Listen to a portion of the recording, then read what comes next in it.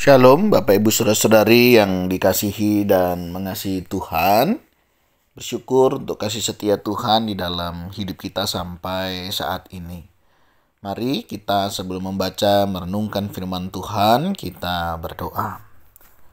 Tuhan, terima kasih, kami bersyukur hari ini kami ada sebagaimana kami ada karena berkat dan kemurahan Tuhan. Berkati sebentar kami akan membaca merenungkan firman-Mu, biar kami mengerti apa yang mestinya kami lakukan.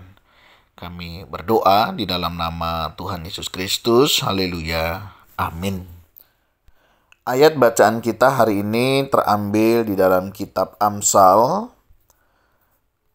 Amsal pasal yang ke-16, ayatnya yang ke-3. Serahkanlah perbuatanmu kepada Tuhan, maka terlaksanalah segala rencanamu. Amin. Demikian firman Tuhan, mari kita merenungkannya.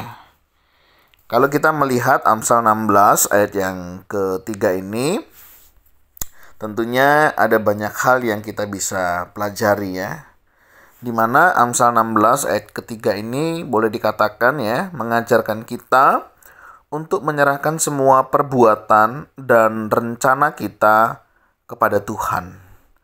Artinya kita diajak untuk meletakkan segala usaha kita, keputusan kita, bahkan rencana hidup kita di bawah kendali Tuhan. Di mana ayat ini juga menyiratkan bahwa dengan melakukan hal tersebut, kita memungkinkan Tuhan untuk memimpin dan mengarahkan hasil dari segala sesuatu yang kita lakukan. Serahkanlah perbuatanmu kepada Tuhan. Ya, tindakan kita adalah menyerahkan.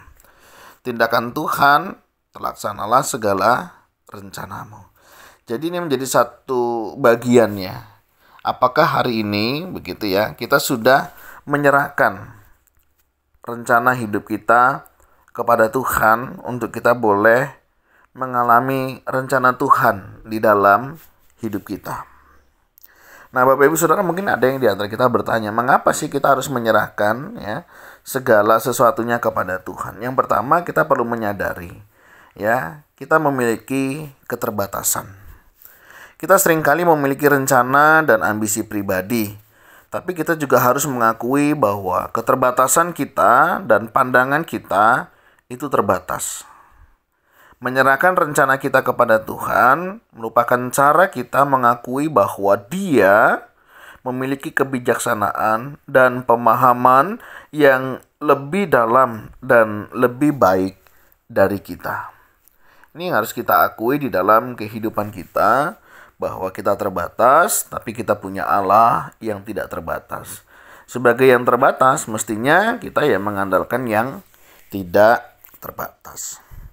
Selain kita mengakui keterbatasan, kita juga perlu belajar ya dalam menyerahkan rencana kita kepada Tuhan. Untuk apa?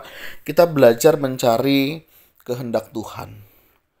Dengan menyerahkan rencana kita kepada Tuhan, kita berusaha untuk memastikan bahwa apa yang kita rencanakan sesuai dengan kehendaknya.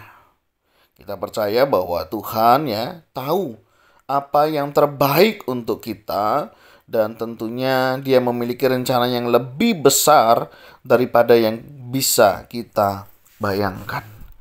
Bapak Ibu Saudara, penting sekali kita menyerahkannya segala satunya kepada Tuhan. Untuk apa? Kita mencari kehendak Tuhan. Kita pasti punya kehendak. Nah, tapi kehendak kita itu kan terbatas. Sedangkan kalau kita menyerahkan kepada Tuhan dan kita mencari kehendak Tuhan, Tuhan pasti akan memberi yang terbaik. Karena apa? Itu sudah pasti sesuai dengan rencananya. Tapi ya memang kita membutuhkan kepekaan. Ya, apakah yang saya lakukan ini sudah sesuai atau belum? Karena kadang Tuhan bisa loh menghancurkan rencana kita. Karena Dia tahu Dia punya rencana yang jauh lebih baik. Supaya apa? Rencana kita tidak menghancurkan hidup kita. Nah, selanjutnya kita dari sini juga bisa belajar tentang menyerahkan kepada Tuhan, berarti kita akan mendapatkan kekuatan dan juga berkat yang dari Tuhan. Ketika kita menyerahkan perbuatan kita kepada Tuhan, kita sedang membuka jalan bagi Tuhan untuk memberkati usaha kita. Ya, ini menarik Bapak Ibu Saudara. Ya, beberapa kali misalnya ada jemaat itu ya, bikin persekutuan di awal usaha pekerjaannya, mengawali bersama dengan Tuhan ketika mau masuk kerja. Itu sesuatu yang positif ya. Kenapa? Karena dia tahu dia bisa dapat, dia bisa memulai itu karena berkat dan kemurahan Tuhan. Ya, nggak ada salahnya Bapak Ibu Saudara ya memulai sesuatunya kepada Tuhan dengan Tuhan. Untuk apa kita menyerahkan segala sesuatunya dalam rencana Tuhan? Sehingga di dalam perjalanannya kita boleh melihat ya, kita mengalami pertolongan Tuhan. Ini tidak hanya memberi kita kekuatan ya untuk menjadi rencana kita, tapi juga membantu kita dalam menghadapi tantangan dan kesulitan yang mungkin muncul. Paling tidak begitu ya. Kita ingat satu berkat firman Tuhan. Kita tahu ada orang-orang yang mendoakan kita. Nah, oleh sebab itu, bagaimana kita boleh melakukannya? Tentu mestinya dengan kita berdoa ya dan meminta petunjuk kepada Tuhan. Secara sederhana, kita bisa luangkan waktu ya secara rutin untuk berdoa tentang rencana dan keputusan penting dalam hidup kita ya. Kita memang kadang memikirkan ya strategi teknis tentang rencana-rencana kita, keputusan yang akan kita ambil. Tapi kita jangan lupa untuk berdoa Saudara, supaya apa? Supaya keputusan yang nanti kita pilih adalah keputusan yang juga ada dalam pimpinan Tuhan. Sehingga kita perlu meminta kepada Tuhan untuk memberikan petunjuk dan juga bimbingan dalam setiap langkah yang akan kita ambil. Mari kita doakan segala rencana kita ya, supaya ini kita boleh mengerti ya apa yang menjadi kehendak Tuhan, dan biarlah Tuhan yang memimpinnya. Selain kita menyerahkan diri dengan cara berdoa, mestinya kita juga tetap mempelajari dan merenungkan firman Tuhan. Membaca Alkitab dan renungan merupakan prinsip-prinsip yang terdapat di dalamnya, dan kita akan mendapatkan hal itu. Dengan kita memahami kehendak Tuhan melalui firman-Nya, kita dapat lebih mudah menyerahkan rencana kita kepadanya. Mempelajari firman Tuhan membantu kita selaras dengan prinsip-prinsipnya dan memastikan bahwa rencana kita tidak bertentangan dengan ajarannya. Ini penting sekali Bapak Ibu Saudara. Ya, dengan kita belajar firman Tuhan, misalnya ya kita mau membangun. Alkitab juga mengajarkan, bukankah kita tidak duduk dulu merencanakan segala sesuatunya begitu ya, supaya apa? Setelah kita bangun, kita bisa selesaikan. Nah, terkadang menjadi kendalanya adalah kita mau bangun ya, sekian gitu ya, tapi kita tidak merancang dulu anggarannya, biayanya, bagaimana dan lain sebagainya. Akhirnya apa? Tidak terselesaikan karena tidak dipersiapkan dengan baik. Ya, termasuk masa depan kita, anak-anak yang sekolah hari ini ya. Sudahkah kita merencanakan? Paling tidak Saudara, ya, lebih baik gagal dalam sebuah perencanaan daripada kita gagal tanpa sebuah rencana. Artinya kalau kita ada dalam rencana ya, kita tahu nih langkah-langkahnya dan kita tahu oh ini kita gagal. Ya, kenapa? Tidak sesuai dengan yang direncanakan atau diagendakan. Tapi kalau misalnya kita tidak mengagendakan, tidak merencanakan, kita nggak tahu. Ukuran keberhasilan kita kan kita nggak tahu. Nah, dengan adanya rencana itu, kita bisa mengukur tingkat keberhasilan kita. Ya, jadi perlu untuk kita menyusun hal itu. Nah, firman Tuhan banyak mengajarkan itu ya. Bagaimana saat membangun, mempersiapkan perjalanan ya. Yakobus juga ingatkan jika kita ingin pergi ke kota Anu ya, jika Tuhan mengizinkan. Nah, itu perlu kita menyadari jika Tuhan mengizinkan. Kalau enggak, ya enggak apa-apa. Tuhan pasti punya rencana yang lain. Saya nggak tahu apa yang Bapak Ibu Saudara rasakan hari ini dalam rencana kita. Apakah itu dalam pekerjaan, apakah itu dalam usaha, ya, dalam rumah tangga, keluarga, masa depan, ya, mungkin perjalanan liburan dan lain sebagainya. Kita perlu merencanakannya dalam pimpinan Tuhan supaya apa? Tidak bertentangan. Ya, misalnya liburan, hati-hati ya. Liburan itu seringkali membuat kita lengah. Lengah untuk berdoa, lengah untuk memuji Tuhan, lengah untuk kita beribadah.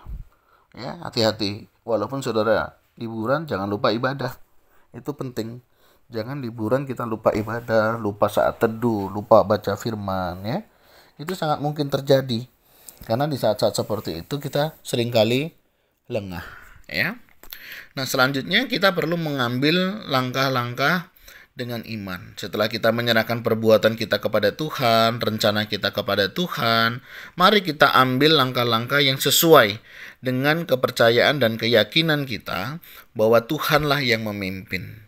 Nah, tindakan kita harus mencerminkan iman kita dan kepercayaan bahwa Tuhan akan memfasilitasi terlaksananya rencana tersebut ya. Kalau kita sudah berdoa, kita minta hikmat dari Tuhan. Apakah Tuhan menghendaki atau tidak ya? Ada orang itu dia berdoa kepada Tuhan, minta pimpinan pada Tuhan. Tuhan sudah ingatkan jangan. Tapi dia selalu gelisah. Jangan-jangan ini iblis mengganggu saya untuk saya melakukannya. Dia berdoa lagi sama Tuhan. Tuhan berbicara sama dia, jangan nakku, jangan ya dek ya, jangan. Tapi kita bilang, ini bukan suara Tuhan, ini pasti suara iblis yang menghalang-halangi saya. Dia minta lagi pimpinan dari Tuhan. Tuhan sudah nyatakan, Tuhan sudah singkapkan. Jangan ya dek ya, jangan. Tetap saudara dilakukan. Akhirnya apa? Ya terjadi. Akhirnya dia salahkan Tuhan. Nah, betapa banyaknya orang demikian ya. Karena apa? Memaksakan kehendaknya. Dia memang berdoa kepada Tuhan. Dia memang menyerahkan kepada Tuhan. Tetapi keputusannya tetap dirinya. Ketika terjadi sesuatu, dia salahkan Tuhan. Kan ya aneh. Jangan ya dek ya, jangan. Ini penting bagi kita Bapak Ibu Saudara. Nah, selanjutnya selain kita mengambil langkah dengan iman, perlu juga kita bersikap fleksibel ya dan terbuka terhadap segala perubahan. Nah, terkadang Tuhan itu mungkin mengubah arah atau rencana kita untuk apa? Tujuan yang lebih baik. Oleh sebab itu kita perlu bersikap fleksibel dan terbuka terhadap perubahan yang mungkin Tuhan juga rencanakan itu. Ini menunjukkan bahwa kita mempercayai kebijaksanaannya dan siap untuk mengikuti petunjuknya, meskipun itu berbeda dari apa yang kita harapkan. Pernah ya, kita berencana apa begitu ya, tapi Tuhan tuntun kita dengan cara yang lain. Ya, tadi saya bilang, Tuhan bisa menggagalkan, merusak rencana kita, karena rencana kita bisa merusak kita. Ya, supaya kita hidup dalam pimpinan Tuhan, ya kita lakukan kehendak Tuhan. Dibutuhkan fleksibilitas, pasti. Ya, kadang kan kita maunya sesuai dengan yang kita rencanakan. Enggak, saudara. Ya, Tuhan lebih tahu apa yang terbaik buat kita. Sehingga ini menjadi bagian kita untuk tetap mengandalkan Tuhan dalam proses perjalanan hidup kita, ya. Mengambil keputusan, ya, mengambil sebuah tindakan. Mari kita tetap mengandalkan Tuhan. Selama perjalanan menjalani rencana yang telah diserahkan kepada Tuhan, mari kita tetap mengandalkan Tuhan dalam setiap prosesnya. Jangan hanya mengandalkan usaha dan strategi pribadi, ya, tapi juga sangat penting kita mengandalkan Tuhan. Percayalah dan yakinlah bahwa Tuhan bekerja dalam segala hal untuk kebaikan kita. Mari dengan kita mengingat tentang pentingnya menyerahkan segala perbuatan dan rencana kita kepada Tuhan dengan tetap melakukan apa yang menjadi kehendaknya. Dengan melakukan ini, kita mengakui akan keterbatasan kita dan memungkinkan Tuhan untuk memimpin dan memberkati usaha kita. Melalui doa, pembelajaran firman Tuhan, tindakan iman, fleksibilitas, dan ketergantungan pada Tuhan, kita dapat merespons kebenaran firman ini dengan cara yang sesuai dan mendapatkan hasil yang sesuai dengan kehendak Tuhan. Kiranya Tuhan Yesus menolong dan memberkati kita sekalian. Tuhan, terima kasih. Kami bersyukur Engkau boleh mengingatkan kami. Ajar kami terus menyerahkan segala sesuatunya kepada Tuhan, termasuk menyerahkan hidup kami kepadamu. Tolong kami, pimpin kami, sehingga kami boleh melakukan apa yang menjadi kehendak-Mu. Kami berdoa di dalam nama Tuhan Yesus Kristus. Haleluya. Amin. Bapak Ibu Saudara, demikianlah renungan kita hari ini. Kiranya Tuhan Yesus memberkati kita sekalian. Shalom.